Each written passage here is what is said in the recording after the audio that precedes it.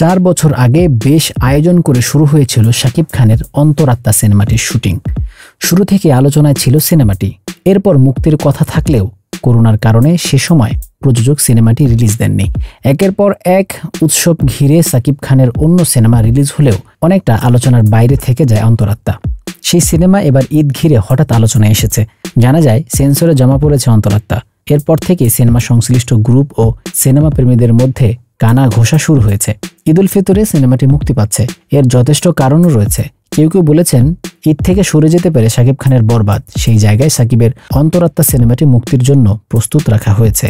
সেই জন্যই তড়িঘড়ি করে সিনেমাটি সেন্সরে জমা দেওয়া হয়েছে।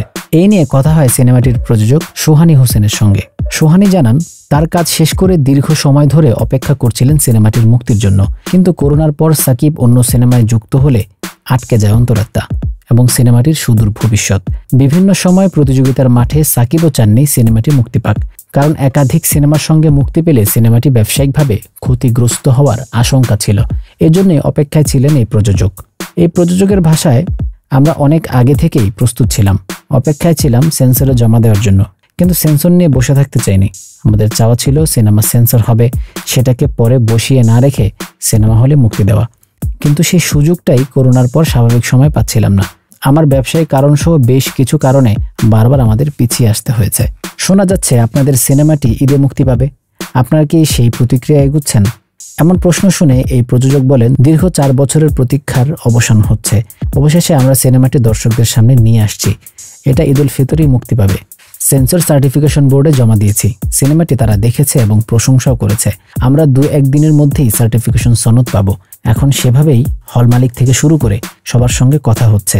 তবে এটা নিশ্চিত আমরা এই ঈদে আসছি। অন্তরাত্মা সিনেমার প্রযোজনা করেছেন ওয়াজেদ আলী।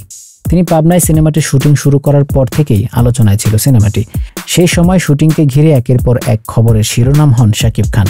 তারপর মুক্তি দিতে দেরি হওয়ায় সিনেমাটি অনেকটাই আলোচনার বাইরে রয়েছে। ঈদে মুক্তির উপর জোর দিলেও এখনও সিনেমাটির কোনো পোস্টার, টিজার বা ট্রেলার প্রকাশ করেন নাই প্রযোজনা প্রতিষ্ঠান।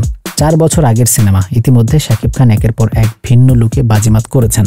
আলোচিত হয়েছে প্রিয়তমা, রাজকুমার, তুফান সিনেমাগুলো। সেখানে অন্তরাত্মা কেন দেখবেন দর্শক? এবারের ঈদের সিনেমার দৌড়ে এগিয়ে থাকতে পারবে কি অন্তরাত্মা? এমন প্রশ্নে প্রযোজক সোহানী বলেন, আমাদের সিনেমাটি একদম পারিবারিক গল্পের। এটা আমাদের নিজস্ব একটি গল্প, গ্রামীণ পটভূমিতে নির্মিত। সিনেমার গল্প যেমন সুন্দর, তেমনই সিনেমায় 4টি গানও রয়েছে। সবকটি গান দর্শকেরা পছন্দ করবেন। সিনেমাটি দর্শক গ্রহণ করবেন, এ ব্যাপারে আমরা নিশ্চিত। সেন্সর সার্টিফিকেশন বোর্ড সূত্রে জানা যায়, সোমবার সন্ধ্যা পর্যন্ত জমা পড়েনি ঈদে মুক্তির তালিকায় থাকা শাকিব খানের দরদ সিনেমা। অন্যদিকে অন্তরাত্মা নিয়ে সেন্সর সার্টিফিকেশন বোর্ডের সদস্য ও অভিনেত্রী কাজী নওশাবা আহমেদ বলেন, আমরা বোর্ডের সদস্যরা অন্তরাত্মা সিনেমাটি দেখেছি। এটি নিয়ে কোনো জটিলতা নেই। 2-1 দিনের মধ্যেই সেন্সর সনদ প্রাপ্তির বিষয়টি জানিয়ে দেওয়া হবে। আমরা সবাই চাই ঈদে কোনো না কোনো সিনেমা মুক্তি পাচ্ছে। এটা নিয়ে এই মুহূর্তে সিনেমা হলগুলো মুখর থাকুক। অন্তরাত্মা সিনেমায় সাকিবের সঙ্গে অভিনয় করেছেন দর্শনা বণিক।